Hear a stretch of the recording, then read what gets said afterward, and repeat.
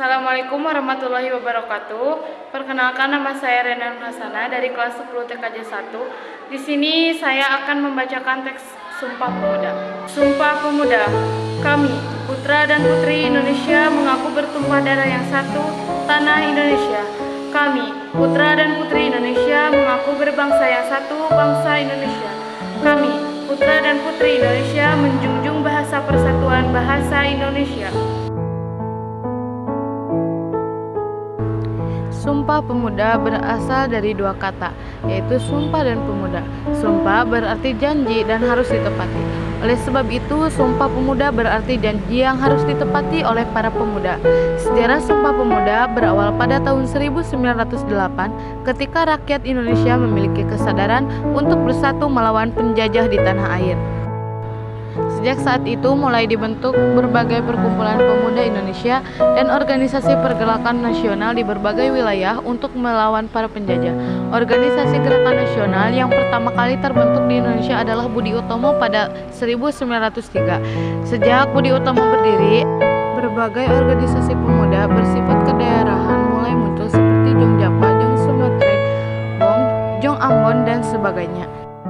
Seiring berjalannya waktu, lahir pula organisasi yang lebih besar, seperti Perhimpunan Indonesia yang kemudian menjadi organisasi politik.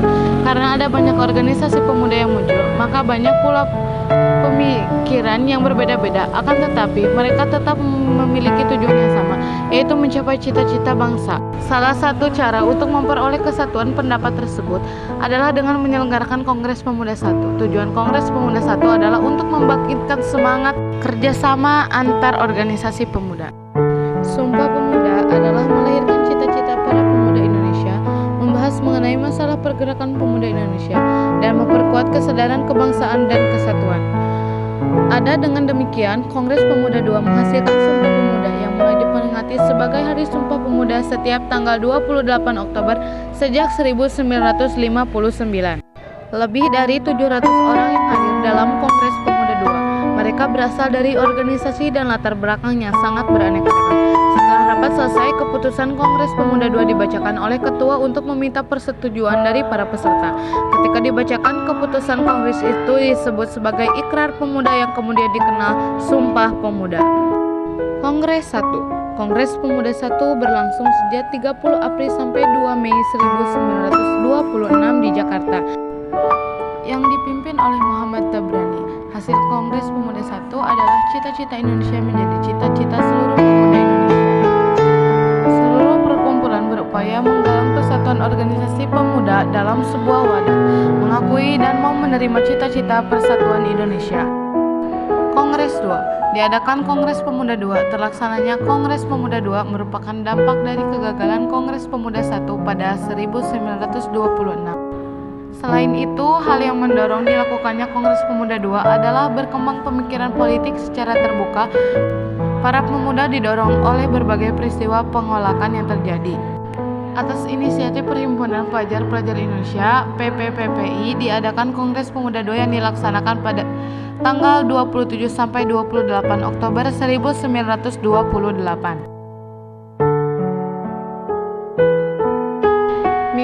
28 Oktober 1928 menjelang pukul 22 waktu Indonesia Barat, setelah peserta kongres berkumpul untuk merumuskan hasil kongres. Saat itu Muhammad Yamin meminta waktu untuk membacakan rumusan resolusi yang ia buat. Selengkapnya, keputusan Kongres Pemuda II pada 28 Oktober 1928 dibacakan oleh ketua untuk meminta persetujuan dari para peserta. Sewaktu dibacakan, keputusan kongres itu disebut sebagai Ikrar Pemuda yang kemudian dikenal dengan sebutan Sumpah Pemuda. Dengan begitu, Kongres Pemuda II menghasilkan Sumpah Pemuda yang mulai tahun 1959 diperingati setiap tanggal 28 Oktober sebagai Hari Sumpah Pemuda. Sekian video dari saya. Wassalamualaikum warahmatullahi wabarakatuh.